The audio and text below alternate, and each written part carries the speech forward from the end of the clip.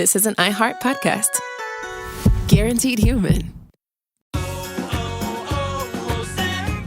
Hi, I'm Chef Franklin Becker. You know the jingle. Now discover the facts about Ozempic, a GLP-1. There's only one FDA-approved Ozempic made by Novo Nordisk. Learn about the real thing. Talk to your healthcare professional today. Call 1-833-OZEMPIC or visit Ozempic.com to view the medication guide and to learn more about Ozempic. Semaglutide injection 0.5 milligram, 1 milligram, and 2 milligrams.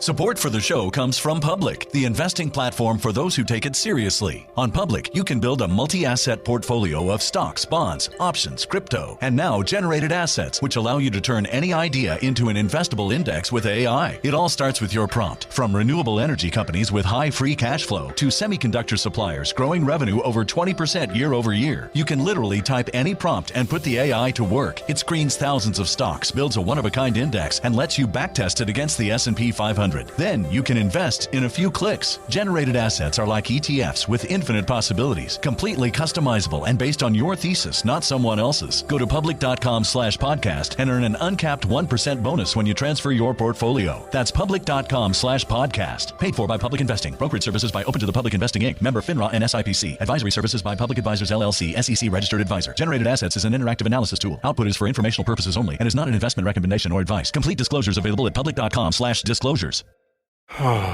Sink into affordable luxury. Anabay is the only machine washable sofa, inside and out. With stain-resistant slip covers and a cloud-like frame duvet, everything goes right in the wash. Plus, the modular design lets you change the look of your space anytime. Visit washablesofas.com to upgrade your home. Shop up to 60% off site-wide, with sofas starting at just $699 and a 30-day money-back guarantee. Shop now at washablesofas.com. Offers are subject to change and certain restrictions may apply.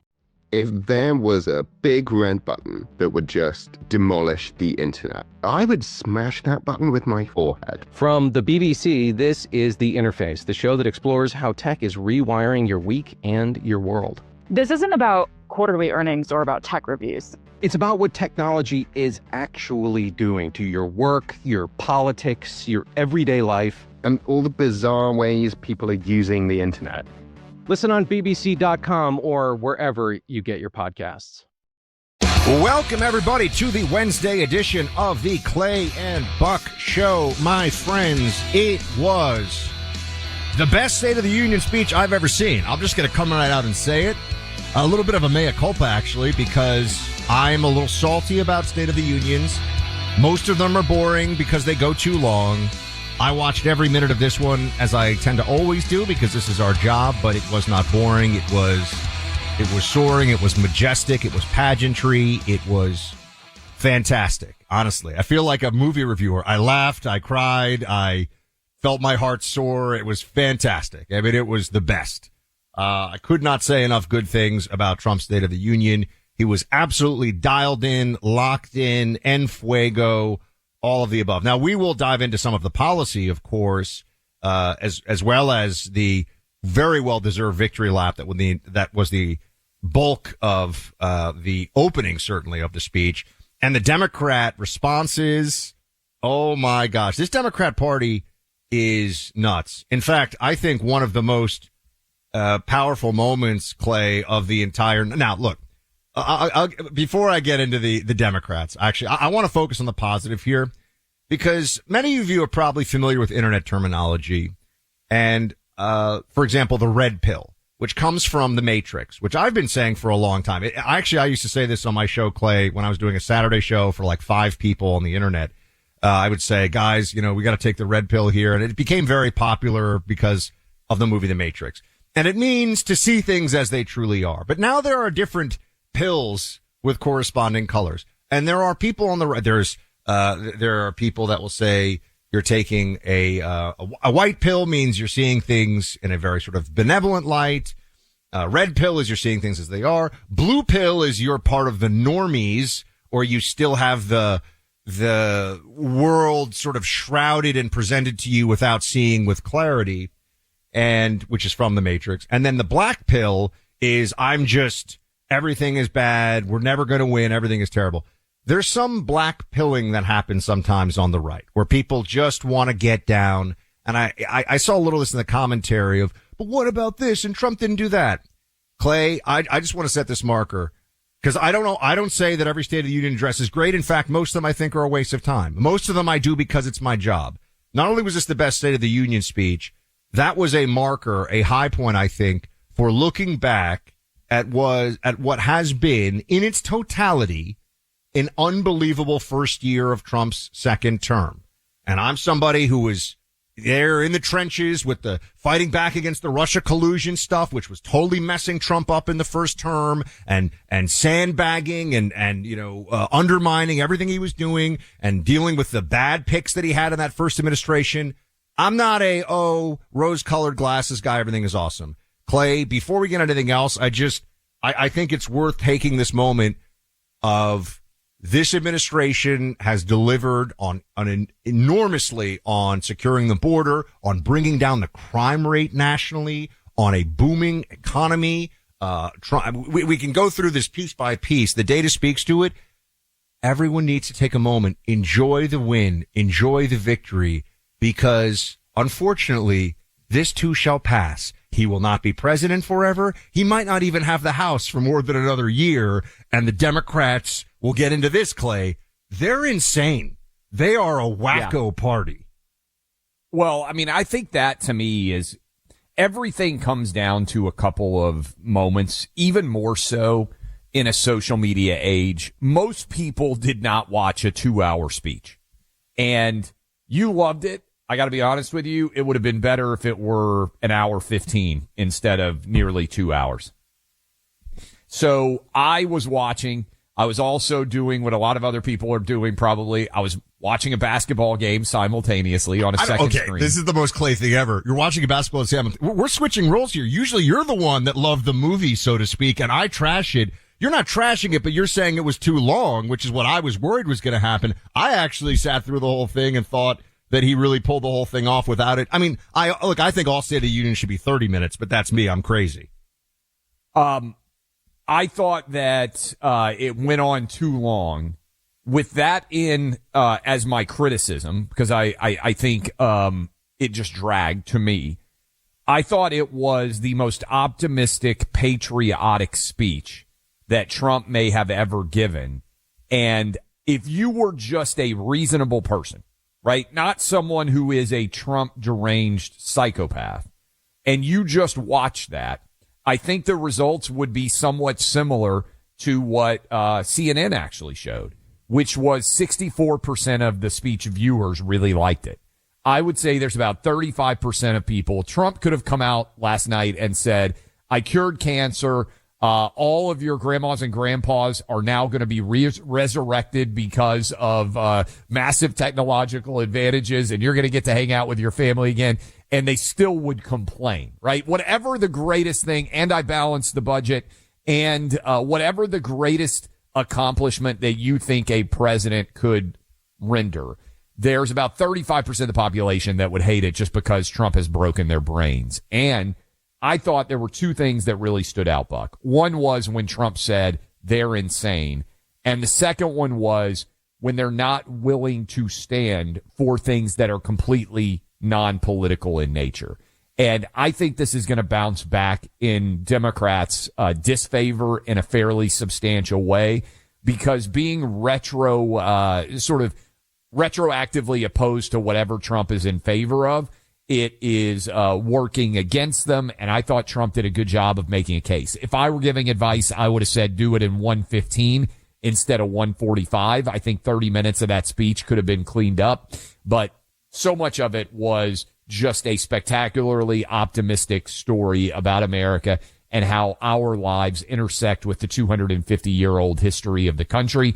And in that way, I thought it was very well done and the most optimistic, probable speech that Trump has maybe ever given in his presidency. You noted two of the most important policy, which I think pretty universally people felt like the Democrats not standing for. We want to put citizens above foreigners, basically. Like Americans matter more to the American government. Their future and their well-being matters more to the American government than other people. Democrats just fundamentally don't believe that, actually. Democrats view anyone from anywhere in the world no matter what their background, their language, their politics, their credo, whatever, as, well, maybe that could be a voter, you know? We'll just start giving them welfare and turn them into a voter. That's how they view that. Anyone from anywhere. Anyone is as American as any of you, as long as that person is going to be on the government dole and vote Democrat. That is truly how they feel and how they think of this country, which I think is a huge vulnerability for them politically. It should be, or else we're just on a slow glide path into the side of the mountain and our sovereignty is done. But Clay, the two moments for me that were particularly just powerful, the USA hockey team thing.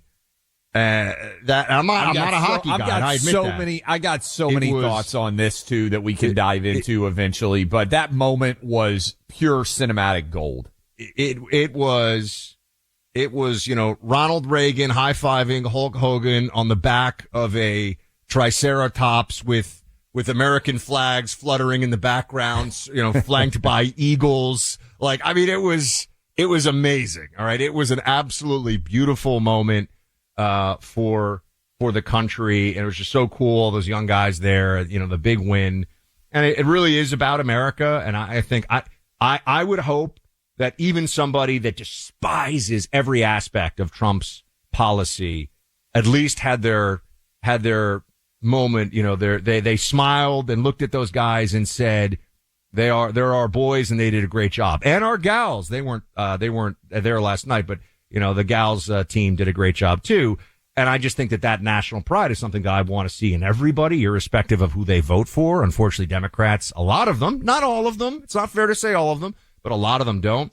And Clay, the other moment for me was when he told the story of the pilot, Chief Warrant Officer Slover, going into Venezuela, getting his legs. I mean, I'm assuming it was probably getting hit by 7.62 rounds. I mean, I don't know. They didn't talk about this, but getting hit by, getting hit in the legs and in the hip and continuing as a Chinook pilot to make sure that bird came down and the mission was completed.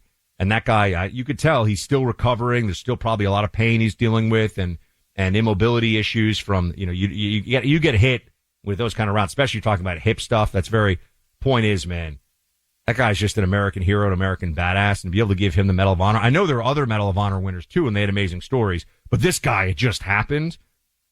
That wasn't about Trump, right? This is the thing. No, totally. It's about the country, truly. So how can they not love that? How can you be an American and not say, this is one of the best of ours right here. This guy who put it on the line and got the mission done. Eric Slover is his name.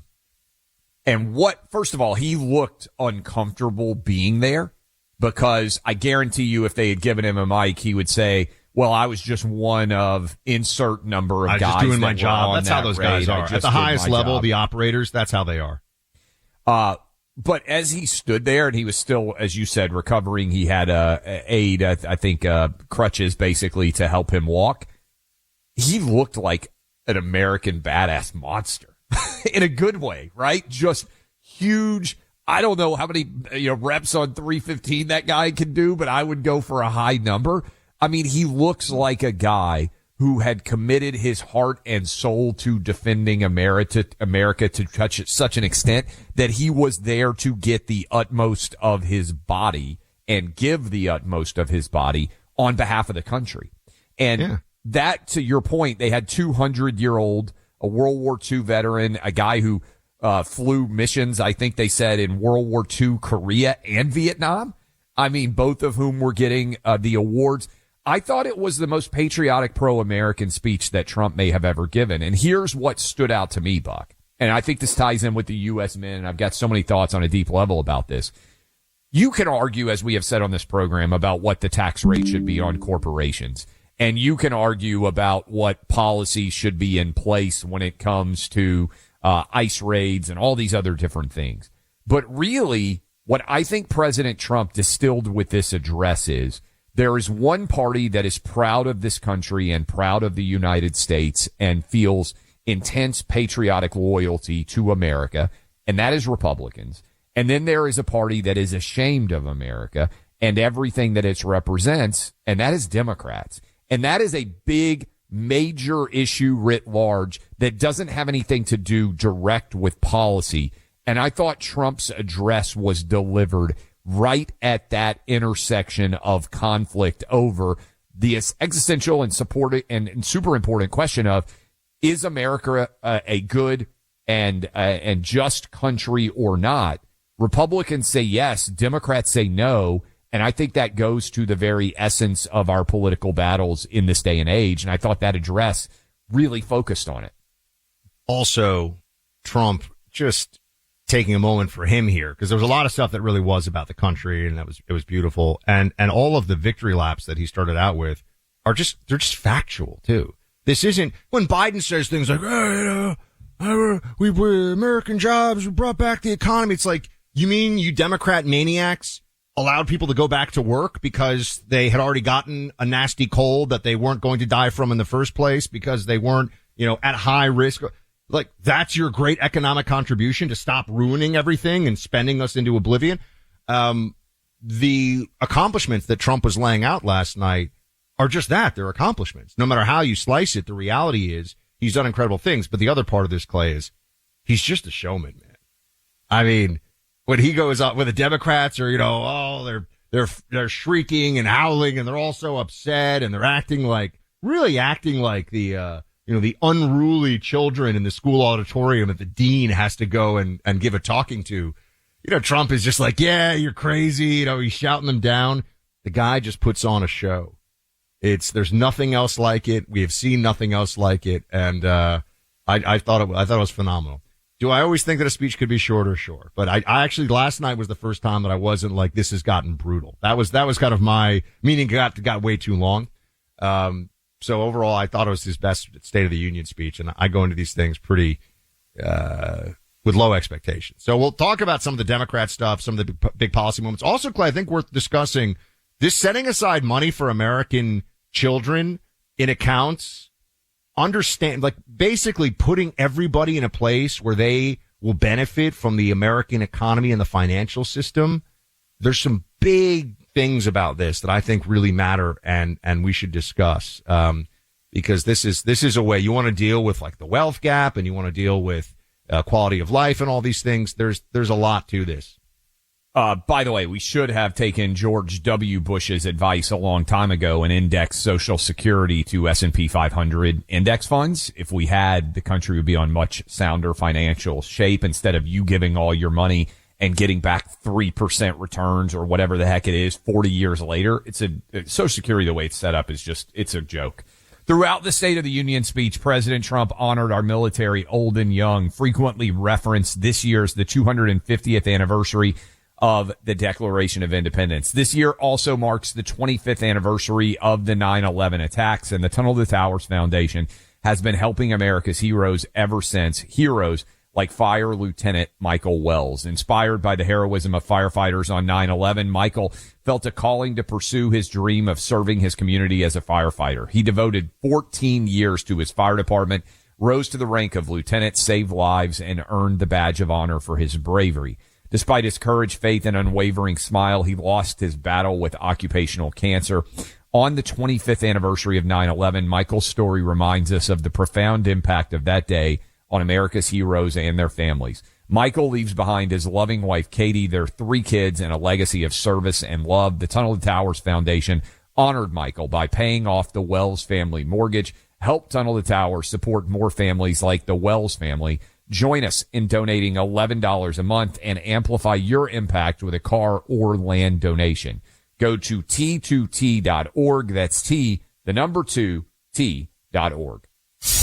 Clay Travis and Buck Sexton. Mic drops that never sounded so good. Find them on the free iHeartRadio app or wherever you get your podcasts.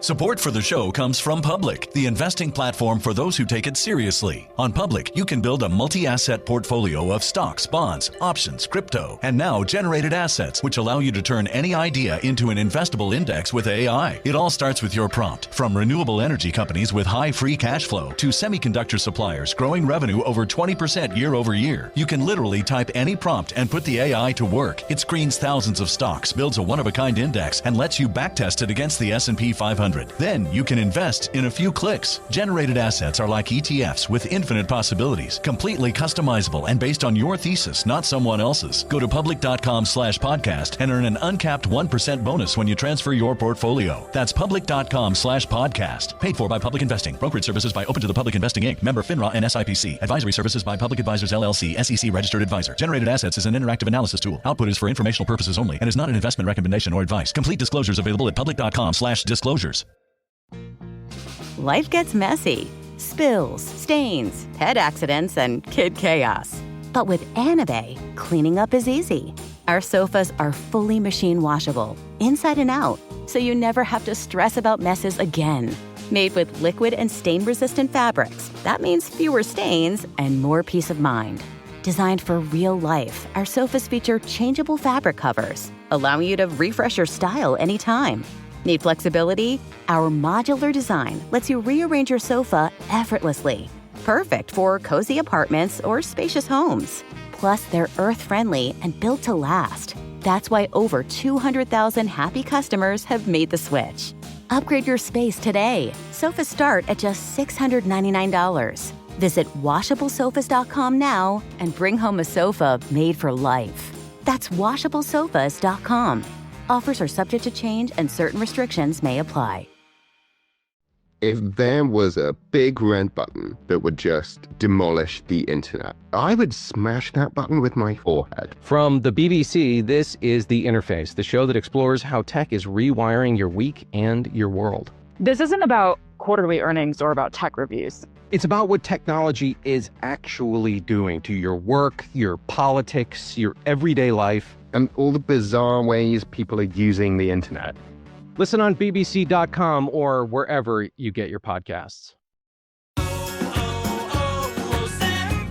Hi, I'm Maria, salon owner. You know the jingle. Now discover the facts about Ozempic, a GLP-1. There's only one FDA-approved Ozempic made by Novo Nordisk. Learn about the real thing. Talk to your healthcare professional today. Call 1-833-OZEMPIC or visit Ozempic.com to view the medication guide and to learn more about Ozempic. Semaglutide injection 0.5 milligram, 1 milligram, and 2 milligrams.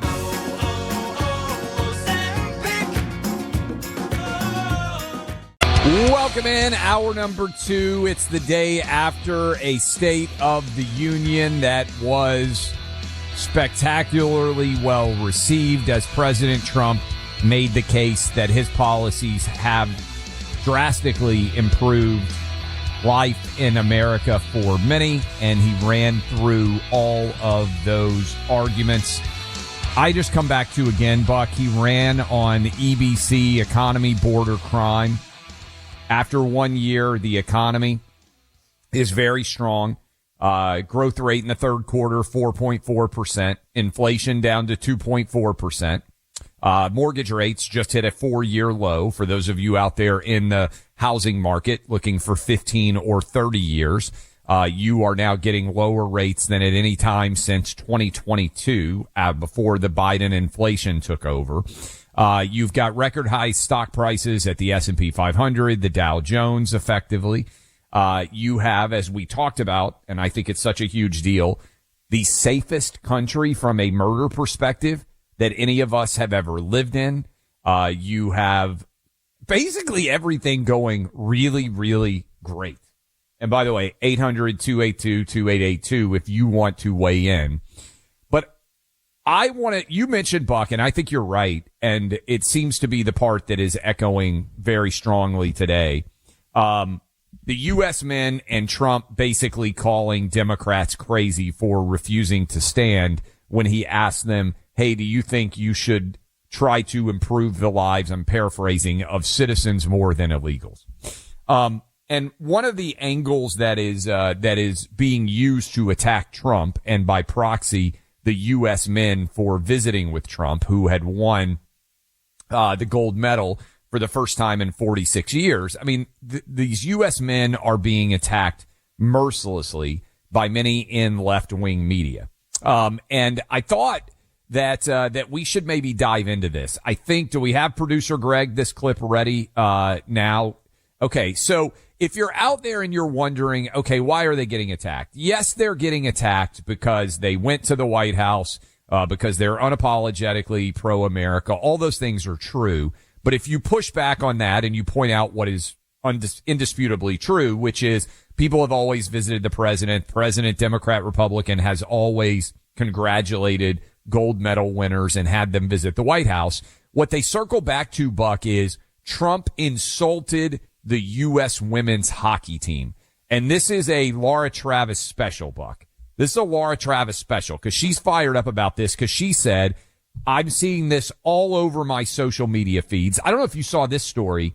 A Canadian hockey player shared a photo of him with his daughter at Disney World. He is a Canadian NHL hockey player. He was not on Team Canada. He was not on Team USA. And he was attacked mercilessly on social media because people said, how dare you laugh at a joke about women's hockey players and then have a photo posted of you with your 2-year-old daughter at Disney World talking about how you're a girl dad. This is real. I don't know if you saw this. I mean, story. They're insane, but how do they know he laughed at the joke? He didn't. He wasn't even there. That's my point. They're just attacking. I don't even know. They're just attacking every hockey player right now because they're saying, "Oh, he's a misogynist. He laughed at a joke." And so I wanted to play the joke because it's much less significant. But this reminds me of the Very Fine People hoax when they spent years telling you that Trump loves Nazis. He said they were very fine people, and he didn't. But they so embedded the idea that what he had done was say that Nazis were very fine people and white supremacists. And in fact, he had done the opposite. He had actually condemned them. So usually when you go and deconstruct a joke, this is what losers do, because you either laugh or you don't laugh at a joke. And you don't go back and then say, oh, I'm so sorry. I didn't think about the larger context of the joke and how it was going to impact the indigenous people whose land we stole. And I feel, oh, so please forgive me. This is what they're saying. They're saying they want the U.S. men to apologize for laughing at a joke. So here is the joke. I want you to listen to it. And then I'm going to do an actual deconstruction of the joke and show you how dishonest the coverage of this has been. So producer Greg, this was in the locker room. Kash Patel's holding up his phone. President Trump is congratulating the team. Listen. We'll get cash and we'll get the military to get you guys out. Thank you, Mr. President. What would really be cool, and we'll do the White House the next day, we'll just have some fun. We have medals for you guys. And we have to, I must tell you, we're going to have to bring the women's team. You do know that. I do believe I probably would be impeached, okay?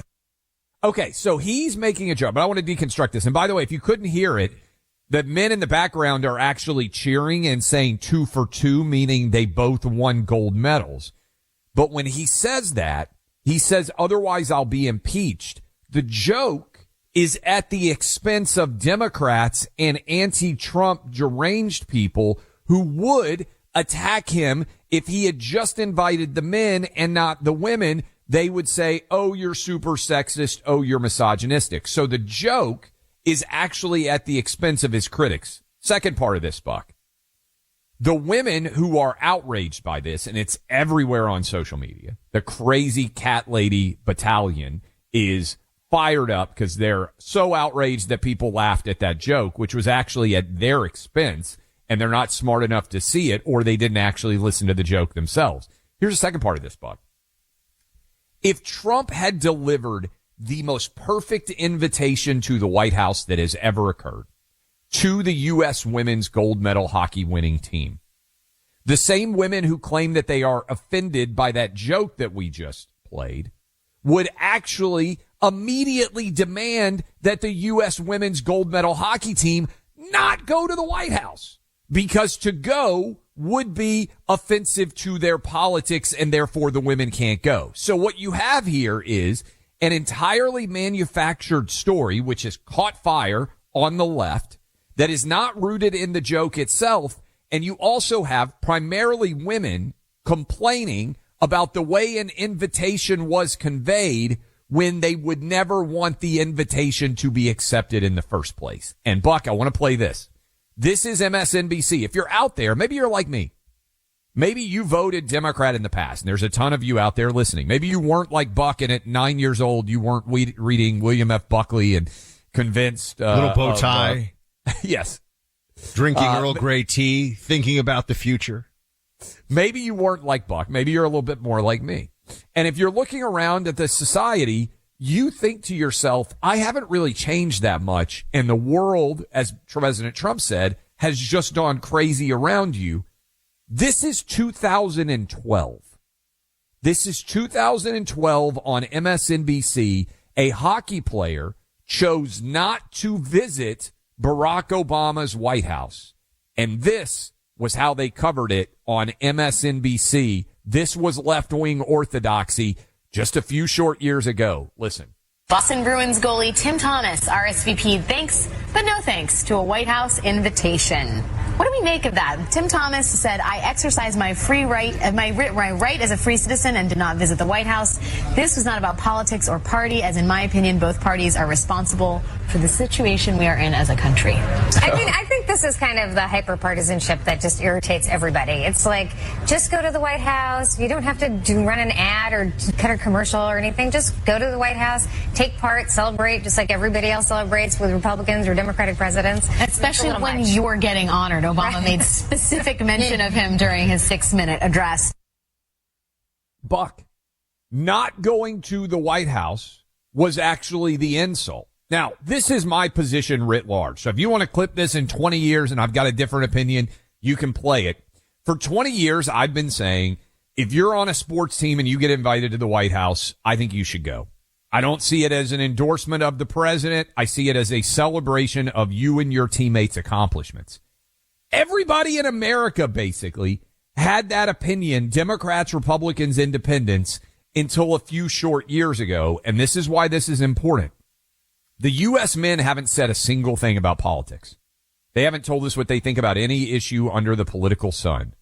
And during this entire attack that has been going on them, it's entirely based on the fact that they are patriotic, that they respect the office of the presidency, and that they are willing to celebrate the accomplishments of the country, which they think is the best in the history of the world. Isn't this it's important to understand that their very patriotism is being used against them by the left, because the left, I really do believe this is important to slam home, hates the country and the country's history. And they are using these U.S. men who are super popular as a way to attack all of this. And I think it's important to put it into context just how illegitimate and unfair all of this has been. I also think that it highlights, Clay, when you have Spamberger. I know it's Spanberger, but I think Spamberger is more apropos. When you have her, isn't it interesting? Also, you have Slotkin and Spamberger, both former government analysts like yours truly. So when I tell you guys there are a lot of commies in the government, that's for sure. Doing the civil servant thing. But when she's the one giving the response, which I watched some of it, I honestly at some point turned it off. But when you're watching this thing, Democrats to attain power have to pretend that the soul and the plan of their party is something other than that which it is. The problem Republicans run into is when they're in power, they can't get everything done that they want to get done. And sometimes that's because of some Republicans standing in the way, but it's not, we're doing something totally different than what we sold you on. Joe Biden ran as a calm unifier and then said, get the shot with your vaccine passport or you can't go to work and you can't go to school and you can't do anything. Okay. And these people run on a mountain of lies to get power, and then they just ram through as much crazy left-wing nonsense as they can as fast as they can and hope that through propaganda and through manufactured delusions, they might be able to fool people, or rather, fool people, but also make people forget what they've done in the past. The Democrats last night, Clay, Rashida Tlaib had a profanity, sounds a bit like my name, and then ICE, on her button. And you're like, what? You're a member of Congress at a State of the Union address. You're not part of the Marxist Student Alliance at CUNY, at City University of New York or something. Like, what are you doing? But this is who they are. They're malcontents. Yes. And the ones at the top, the ones that are like the more sort of elevated than the street communist types like Nancy Pelosi, they're so corrupt and so venal and so self-dealing and just soulless. This is who they are. Amen. And I do think that for people who watched last night with persuadable minds, and I understand a lot of people, it doesn't matter what happens. As I said, Trump could have come out and said he cured cancer and brought everybody's grandma and grandpa back to life, and there would be people who are angry at him. But for the people who are persuadable, the data reflects that there is still a substantial majority of Americans that believes in the country's history and greatness, and that this is the best country in the history of the world. And that is the reality under which the Democrats are opposed. And I think that's significant. And by the way, 800-282-2882. We'll take your calls, get your talkbacks. We only have one guest today. Marsha Blackburn, senator from Tennessee, is on next hour. But that is the only guest. So you guys can weigh in and tell us what you thought, in addition to everything that we have already broken down based on last night's State of the Union. Indeed. So, with that said, Pure Talk, my friends. Affordability is on the minds of all Americans. One way to cut costs is by switching your cell phone service to Pure Talk. If you're with AT&T, Verizon, or T-Mobile, you are overpaying. Pure Talk uses the same towers and networks, so you're getting the same 5G nationwide service. But since Pure Talk doesn't have overhead costs like stores and big marketing campaigns, they're able to pass on the savings right to you, the customer. Switch to Pure Talk for your cell phone. Save as much as $70 or more a month. When you annualize that, you're talking $800 plus a year, $800 or more a year, $25 a month. Pure Talk gives you unlimited talk, text, plenty of data. Pure Talk is an American wireless company with a U.S.-based customer service team. No contract, no cancellation fee either. Just dial pound 250, say the keywords Clay and Buck, and you'll get 50% off your first month. Again, dial pound 250, say Clay and Buck to make the switch to Pure Talk. You don't know what you don't know, right? But you could on the Sunday Hang with Clay and Buck podcast. The right place. Welcome back into Clay and Buck. And we got a bunch of calls, a bunch of things to get to and discuss, talk about. If you want to talk for a second to Clay about the book situation here. Oh, yeah, I teased that. I think this is important. I appreciate him calling. You might think, what is the impact of distribution in bookstores? It's huge. They don't put, by and large, conservative books in the front of bookstores. They intentionally underbuy them. So, I mean, what did the guy say? There were 2 copies of your book and there were 3 copies of your book in huge bookstores with a brand new release. That's been the case with every one of my books too. Which is why Amazon is actually where most of them get sold. They said that 90% of conservative books are sold, is the number that I've heard on Amazon, because you can go right to it. It gets shipped to your home, and that's great, but it means that only people who know you exist get exposed to your ideas, right? They put John Meacham in the front, and you walk in and you're just shopping, and you think to yourself, oh, who is this guy? What's the arguments that he or she is making? We don't get any of those opportunities in the cultural landscape. They bury the book in new releases. They've got 2 copies or 3 copies. They sell them out immediately. And then this guy's going in because he's a book buyer, and he expects for the book to be widely distributed. And it's just not. It's not an even playing field in that respect. If any of you see a copy of Manufacturing Delusion, if you happen to be going through an airport this week and you see it on display, please take a photo and tag me and let me know in any of those, because that's another big thing, is the airport book buy situation.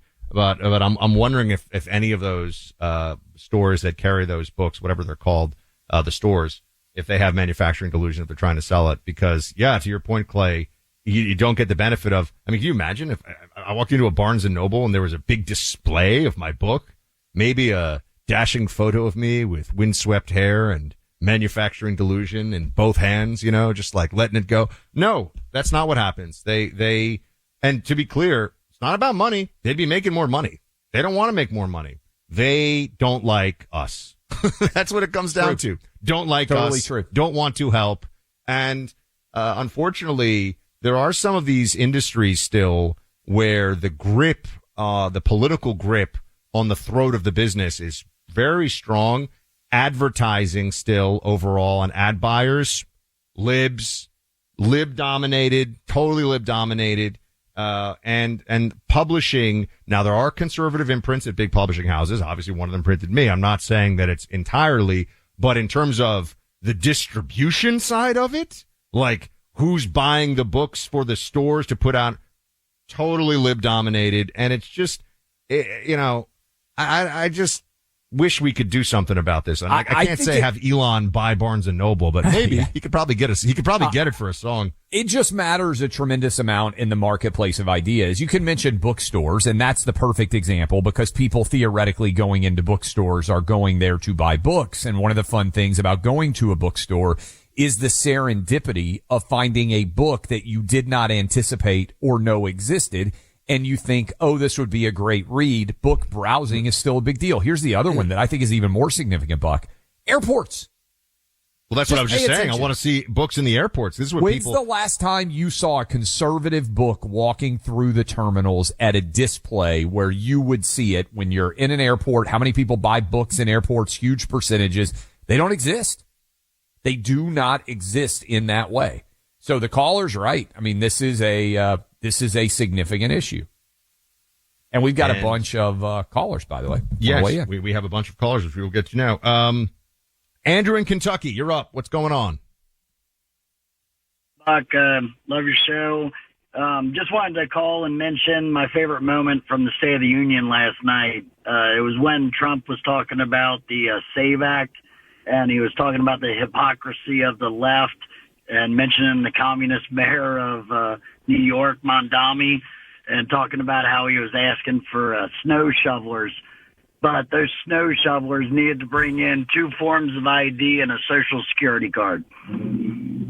Yeah, I mean, look, we hope everybody in WOR land is doing well out there, and certainly on Long Island where they got over 2 feet of snow. And if you're listening to us in Rhode Island, I think they got 3 feet of snow. And by the way, mentioning Mamdani, did you see the videos that have gone viral of the all snow of the cops or the snow getting? I think it is absolutely despicable. I don't think it's funny. I wish that those cops could have caught a few of those guys with a nice truncheon to the side of the knee. I think it's horrible because I know people are like, oh, it's a snowball fight. Actually, first of all, if you don't want to be in a snowball fight and you're getting hit from multiple sides, it's just assault. It's actually assault and battery. And some of these guys are throwing things that are basically ice. So you're just throwing like a handful of ice at a cop from close range, and there's so many people that they can't do it. They're not able to do anything about it. I thought it was grotesquely disrespectful. I hope people get arrested for it. They won't get prosecuted in any meaningful way because it's brag, but it just goes to show you how disrespectful unfortunately, some of the residents of New York City and just these are all leftists. The people that are saying it's not a big deal, they're all leftists. They hate cops because cops force the reality of accountability on people. And the whole game of the left is no one's ever accountable. You're always a victim. It's always someone else's fault. Also, I just can't even imagine if you are the kind of person who's going to run up, and some of these they've got some photos out of people they're trying to arrest. Some people were running up with basically boulders of ice to throw at cops. And smacking on the cops. It was really, really nasty. I mean, they clearly were taking advantage of the situation. And look, these people deserve a good, swift punch in the face. I don't know what else to say. I mean, they deserve to get an ass kicking. And also, to your point, what do you think the odds are that people who have been completely law abiding their entire life decide to attack police officers with snowballs? I would bet those people have records that are a mile long, likely, because it's such a moronic thing to even think to do for most people. Look, and the cops have a tough job day in and day out. They do all over the country. And, it's often a thankless job. Not always. They do sometimes perform the Heimlich on a baby and save a life. I mean, there's obviously thanks with it too. And, I think a lot of communities, I said here in Miami Beach, We're very supportive of our cops, and it's a very safe community. Cops are very well respected here, which I really like that. And the NYPD went through a post 9/11 period where New Yorkers, I think, were particularly prone to show gratitude toward the NYPD. That's of course faded though. And when you see this kind of disorder where you have these people doing this to police officers, like what is the mindset of somebody who thinks that this is funny? Like that's someone's husband out there. Probably, those cops probably are married, probably have some kids, and you're all smacking them with ice in the face because they wear a uniform and they're trying to keep the streets safe and trying to keep bad things from happening to people. What part of that is funny? What part of that is amusing?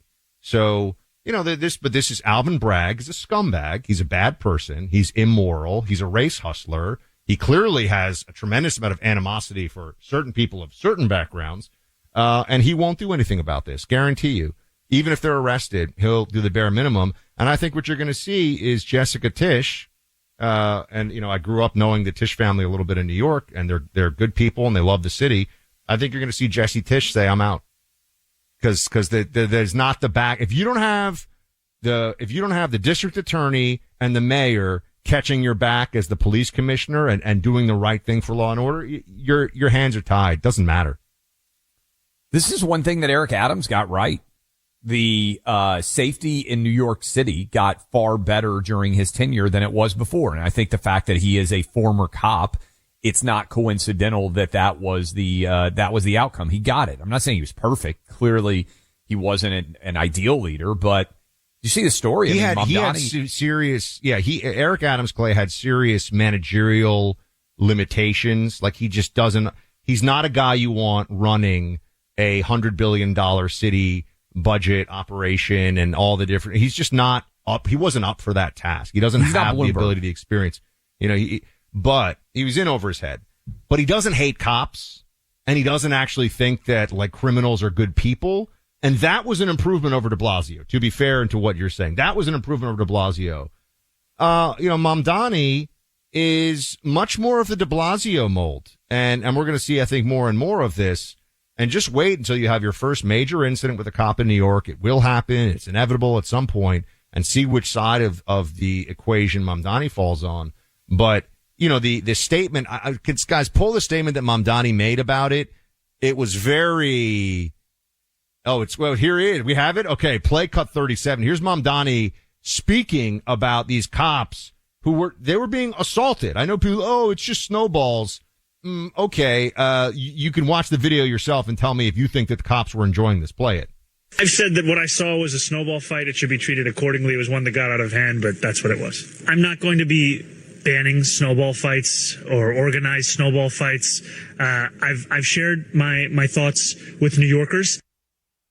I mean, what if people just walk by cops and just smacked eggs in their faces? Is that funny? Is that a joke? It's against the law. Mamdani is also, unfortunately, and by the way, Trump is too nice about him. He was too, and I know this is sometimes he's funny because they all say, Clay, that Trump is horrible. Trump's actually very nice. As long as you don't try to, go toe to toe with him. He's very charming. Mamdani's a bad guy. He's a bad guy. He's actually not a nice guy. He's a bad guy. He just smiles a lot and is, smooth with people. Yes, I agree with all of that. And he's falling rapidly on his face with a lot of the different decisions that he's made. And one of them, you were talking about Jessica Tisch, is that New York City is basically deciding due to a budget crisis to not fund 5,000 police officers that they had previously anticipated and expected to fund. That's going to eventually blow up on them. There's no other way this is going to go. And believing that you can be kind to criminals is a luxury of a low crime environment. And inevitably it leads to more violence. And I would just come back. I mean, I guarantee you if they arrest the people who were throwing snowballs at cops aggressively, they will discover that those guys have been arrested multiple times before. Because I just don't buy. We're not talking about like a fun. If the cops are actually engaged in the snowball fight too, that's a snowball fight. Running up to somebody and pelting them constantly with snowballs, because they're wearing uniforms is not a snowball fight. To your point, if it were eggs, it would be an assault. These guys should be charged. And I think when they're charged, you will find out that they've been charged with multiple offenses before. Right. I mean, I could walk up to someone and say I'm patting them on the back and whack them as hard as I can and do real damage and be like, I was just patting you on the back. I mean, right? We all know these games. We all know that, and this is, of course, a classic leftist thing. But what Mamdani said there is disgusting. What I saw was a snowball fight. You sniveling little coward. Someone, I don't want to go there. He's just the worst, man. He's just the worst. And it's a disgrace that New York has this guy calling the shots. No doubt. If you visit Israel and its people, you will be impressed on the visit. I was there about a year ago to see the work being done by the International Fellowship of Christians and Jews. It also provided me an opportunity to see the firsthand evidence of the attacks of October 7th, that what Hamas did to innocent Israelis because they were Jewish. I'm going to go to Israel again. I was talking about this with my family recently. I want to take them. I want them to be able to see the old city of Jerusalem. By the way, I'd like to go to Egypt. I'd like to travel all over ancient civilizations, areas that I haven't been to before. As a nation, the United States cares a great deal about Israel. Even if you don't get the chance to visit, there are steadfast allies in the Middle East and the only country where true freedom in the Middle East exists, regardless of what religion you are. At a time when Jewish communities are experiencing more hostility, more threats, more violence than ever, Christians have a powerful opportunity to say, you're not alone. You can join us and support the IFCJ by going to ifcj.org. You'll be amazed at all the work they do for people all over Israel. I have seen it. They make a tremendous difference. ifcj.org. That's ifcj.org. News and politics, but also a little comic relief. Clay Travis and Buck Sexton. Find them on the free iHeartRadio app or wherever you get your podcasts.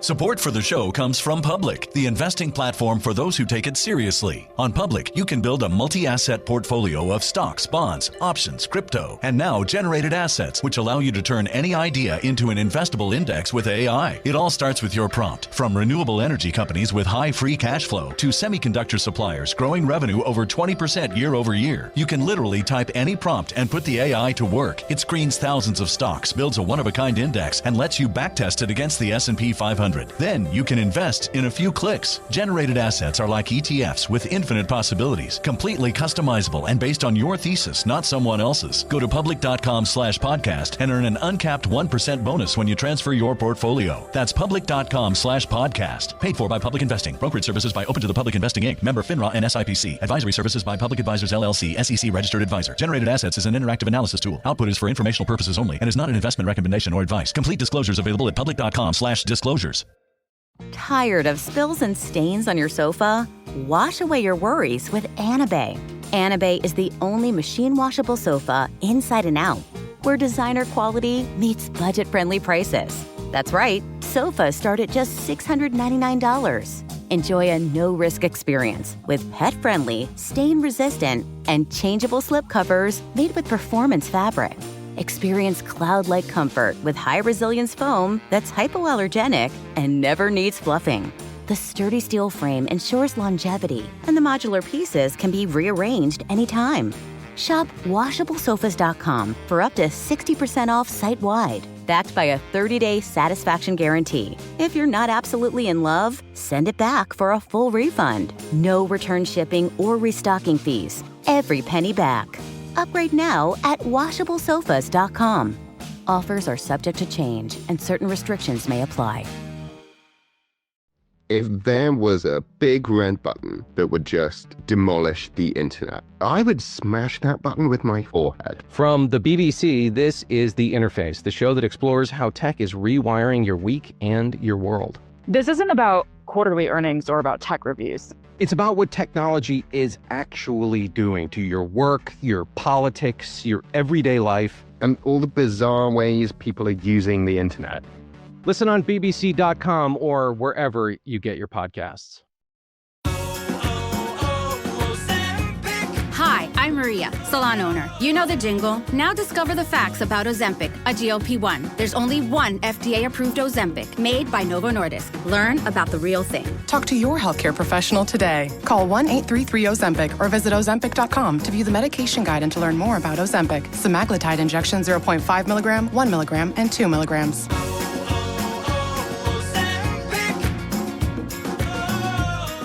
Welcome back into Clay and Buck. We are joined by Senator Marsha Blackburn of the great state of Tennessee, which has given us both a fantastic senator and a fantastic Clay Travis. So we have so much to be thankful for, Tennessee.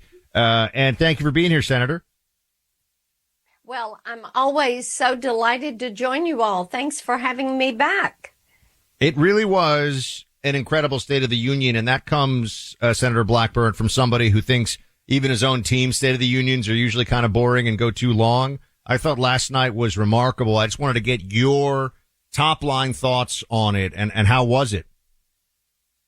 It was remarkable, and the 2 hours absolutely flew by because the president just kept rolling right on through all the objections that the left side of the aisle was throwing their way. I was so pleased he laid out where we were a year and a half ago with 9% inflation, with chaos in the world. And then he drew it to today where we're at 2.4% inflation, the price of gas coming down, the price of groceries beginning to normalize, wages going up and job opportunities increasing, and our standing in the world is restored. Our allies are working with us. Our adversaries and enemies fear us.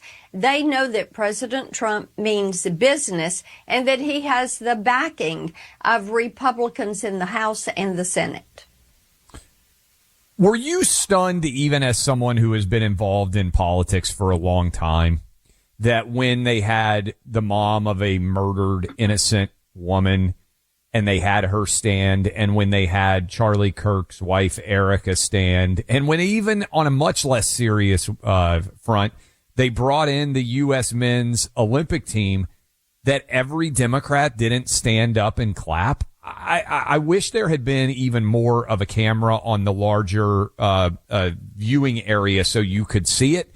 But I got to admit, I was kind of staggered. I don't know who gave Democrats that advice, but including, hey, do you think your job is to take care of citizens or illegal immigrants? That's right. I couldn't believe the way they behaved. Their behavior was appalling, and the fact that they would stay sitting in their seats and not stand to honor these who have lost loved ones, to honor those that have served our country, to honor the oath that they took to protect and defend and honor the people who voted for them and elected them to make certain that they were there to serve the people. It was absolutely astounding. But you know what? This is where the line of distinction is. What we have seen is the current Democrat Party, which is led by the far left wing of the Democrat Party, the Democrat Socialists. They would rather take care of illegal immigrants than they would take care of the people that voted for them. They would rather provide for illegal immigrants than provide for the citizens of their states and the citizens of this nation. It is astounding. Senator Blackburn, you also wanted to talk to us today about this case currently with the courts involving social media, and there's the Kids Online Safety Act. There's a whole range of issues coming together here. Can you just tell us first what is going on right now? We've got Mark Zuckerberg recently had to show up in Los Angeles County Superior Court. He testified. He's the CEO of Meta. There's this whole court case going on. It's with the jury right now. What are the items at issue, and what do you want to see from this case? Yes, indeed. This case, which I will say this, Mark Zuckerberg being on the stand in this case, I don't know what the outcome, the legal ramifications of the case are going to end up being. No one can tell us exactly because there's a jury involved. What I do know is this, that Mark Zuckerberg lost in the court of public opinion because he continued to say that social media had nothing to do with the accelerated levels of anxiety and depression, eating disorders, teen suicide, and this bucket of mental health issues, when the research that Meta has and whistleblowers have given that research to us, and of course it was presented in court, and you know that they know what they are doing to kids. You know that they are designing programming to capture younger kids. We all know that the valuation of Meta and Google and all of these big tech companies, it is based on the number of eyeballs they draw to the page and the amount of time they can keep those eyeballs focused on their platform. So I think he lost in the court of public opinion. It has brought forward the need to pass the Kids Online Safety Act that came out of the Senate 91-3. We have 75 Senate co-sponsors on it. It is significant. It would put in place a duty of care, a product by design safety standard for the virtual space. That is something at this point we do not have. Your grandkids, my sons, go to a similar school in the Nashville area that has a good technology policy, which is, and I know they probably may be cheating right now, but they're not supposed to have their phones. They're not supposed to be able to text message during school. And if they're caught with cell phones during school hours, there are consequences. Shouldn't this be the standard for every school, basically, in America? You're a grandma. Before that, you were a mom. As a dad, I think it's a no-brainer, and I think it's super bipartisan. Are you in favor of this? More and more schools not allowing kids to be on phones during the day? Oh, yes, indeed. Bell to bell, no cell. That is a very good policy for kids. And you know, there's a growing body of research that shows that children who do not have a cell phone on their desk, in their backpack, within reach, their test scores go up, their achievement goes up, their participation in class increases. And the more you see this research, the more you know that it does matter. And you realize what a massive distraction it is to have that cell phone at the ready. I think one of the things that is so interesting about this also is talking to parents, teachers, and principals. Most of the behavioral issues that take place on school campuses find their nexus at the cell phone. And the bullying is 24/7. It never stops. So putting those phones away for that period of the academic day forces kids to focus on what they are studying. It means that kids that go to study hall are actually doing research work. They're writing papers. They're pulling books out of the library shelves and hearing from librarians about the change in behavior during those study halls is something that has not been lost on me. Speaking to Senator Marsha Blackburn of Tennessee, when you talk about, I just want to bring us back to this for a second, the social media issues for kids and online duty of care. Are the social media companies, are they just saying that that's impossible, it's too expensive, it's not necessary? I mean, what's the counter argument? Because usually when it comes to any political issue about children, everyone at least pretends that they care about the kids, right? I mean, even the big companies pretend. So what are they saying in response to this? Why would they, not, will they go along with it? I mean, why does it even require an act by Congress? They have proven they cannot police themselves. They have also proven that when kids are on those phones, kids are the product. And, one of the interesting things is that every industrial sector in this country has product safety standards, whether it's an automobile, a toaster, a mattress, a curling iron. Everything has a safety standard. Everything except the virtual space. And the reason for that, big tech has spent millions of dollars lobbying last year, fourth quarter of the year, in order to take down the Kids Online Safety Act. Meta hired one lobbyist for every 6 members of Congress and spent $20 million. I'm somebody that knows what it feels like to have big tech come barreling after them with lots of lobbyists, lawyers, and millions of dollars, because they do not want to change their business model. They would have to change that business model if you put in place a safety by design standard, if you delink the algorithm so that the algorithm can be controlled by the parents and the kids and not controlled by the platform. They don't want that. Senator Blackburn, last night I was at a In the Black is what it's called event about trying to balance a budget. A bunch of people were there. It was awesome. I know you're running for governor. But the federal government inability to remotely make decisions that have to do, let's use as an example right now, basic election integrity. You're going to be on the ballot in November. Tennessee, thankfully, has really great election integrity.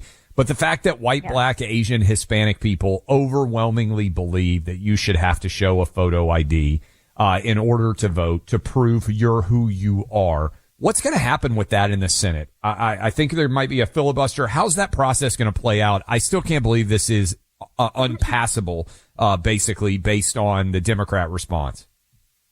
It's an 80% issue with the American people across all different demographic groups. And that's a thing that is so interesting, the fact that it has such broad bipartisan support. I mean, Zoran Mandami wants you to show 2 forms of ID in order to go shovel snow in New York, but he doesn't want you to show an ID to vote. What they're trying to do is make it easy to cheat and hard to vote. We want to make it easy to vote and hard to cheat. And we have got to have photo ID in the Senate. We are going to push the Save America Act forward. I look forward to having a vote on the floor. It should be common sense, standard practice that you have to be a citizen of the United States in order to vote in our elections, and you have to show an ID and prove who you are. When it comes to the issue of the balanced budget, I have supported a balanced budget amendment for the United States. We have that in Tennessee. We have to balance our budget. We can't borrow money or print money. We have to be very careful about that and be a good fiscal steward. It means that some years, the leaner years, you cannot do some projects you want to do. And then it means when you do have years where you have a surplus, you have to be wise about where you place those dollars. The federal government should do likewise, and they would be well served to do likewise. Senator Blackburn, appreciate you being with us. You got it. Take care. There's a specific reason why the price of gold grew by 65% last year: economic uncertainty. When there's turmoil, when there's uncertainty, the value of gold goes up. Investors looking for safe havens that makes a lot of sense, right? Safe havens. Gold is just one of those, a solid, reliable investment. Over the last 20 years, gold's up over 700% in value. Think about that. Over 20 years, up 700%. And you don't have to trade in, trade out, and play all kinds of games. No, you just buy gold and hold gold. And that value creation happened. Birch Gold Group can help you purchase gold. That's who I rely on. That's who I get my gold from. They help you diversify your savings with gold, particularly within your existing 401k and IRA accounts. Birch Gold Group walks you through the process of buying gold in clear, straightforward terms. When I work with them, Couldn't be any easier. No pressure, no complexity. They educate you and they give you options. If protecting a portion of retirement savings makes sense to you, it's worth a conversation. Remember, you can also put gold into your existing 401k or IRA accounts by doing a transfer. They can diversify gold into those accounts, diversify your accounts with gold. Text my name, Buck, to 989898. Text BUCK to 989898. Keep up with the biggest political comeback in world history on the Team 47 podcast. Clay and Buck highlight Trump replays from the week. Sundays at noon Eastern. Find it on the iHeartRadio app or wherever you get your podcasts.